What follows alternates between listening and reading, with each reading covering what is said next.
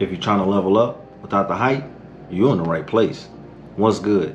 I'm Juan, and welcome back to the Everyday Come Up. Real life, real money, smarter moves.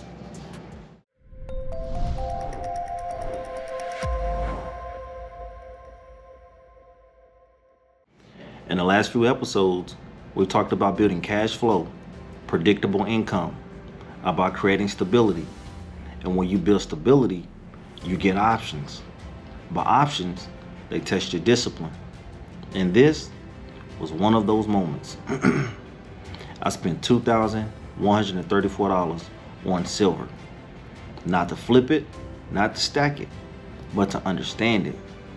And depending on how you see it, this was either discipline or emotional. So let's break it down. This is what I bought. Two 10-ounce, .999 fine silver World Cup collectible bars. And this wasn't a stacking decision. This was a collector's decision. In metals, there are two lanes. Stackers who buy weight and collectors who buy story. Stackers care about price, while collectors care about the moment. Here's the real question. Are you buying as a collector or as an investor? That distinction changes everything. When I bought these, silver spot was $93.47 an ounce.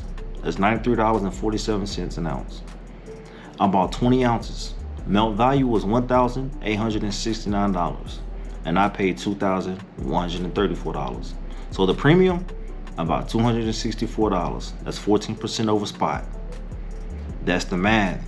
No exaggeration, no emotion, just positioning. And you might be wondering, so why did you buy them? I'm a soccer fan. Football for the international crowd. Premier League, international tournaments, and the World Cup. The last time it was held in the U.S. was back in '94. 32 years ago, people. That's complete mind-blowing. So when it comes back here, I wanted something that marks that moment. Not a shirt, not a poster. Something that carries weight. Literally.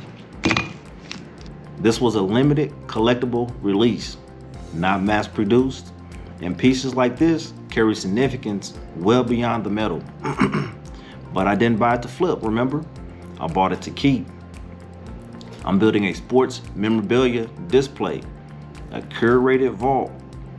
I'm chasing the aesthetic and exclusivity. The mistake isn't buying collectibles. The mistake is confusing collectibles with bullion. Because one is weight and one is meaning. And discipline means knowing the difference. I don't buy randomly. Everything I own has a role. Cash flow, assets, and collectibles. Cash flows pays you, assets protect you, and collectibles, well, they represent you. And when each one stays in its own lane, you stay in full control. This is why cash flow matters. When your base is strong, you can buy things you enjoy without destabilizing your system. That's real wealth. One refinement though, if scarcity really matters, I want the mintage confirmed next time, and that's real growth. I'm not here to be perfect. I'm here to build structure. Cash flow builds stability. Assets build protection. And collectibles, like I said, they build identity.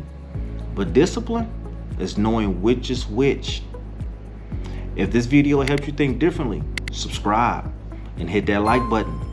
It helps push this message to others who's building their come up. This channel isn't about hype.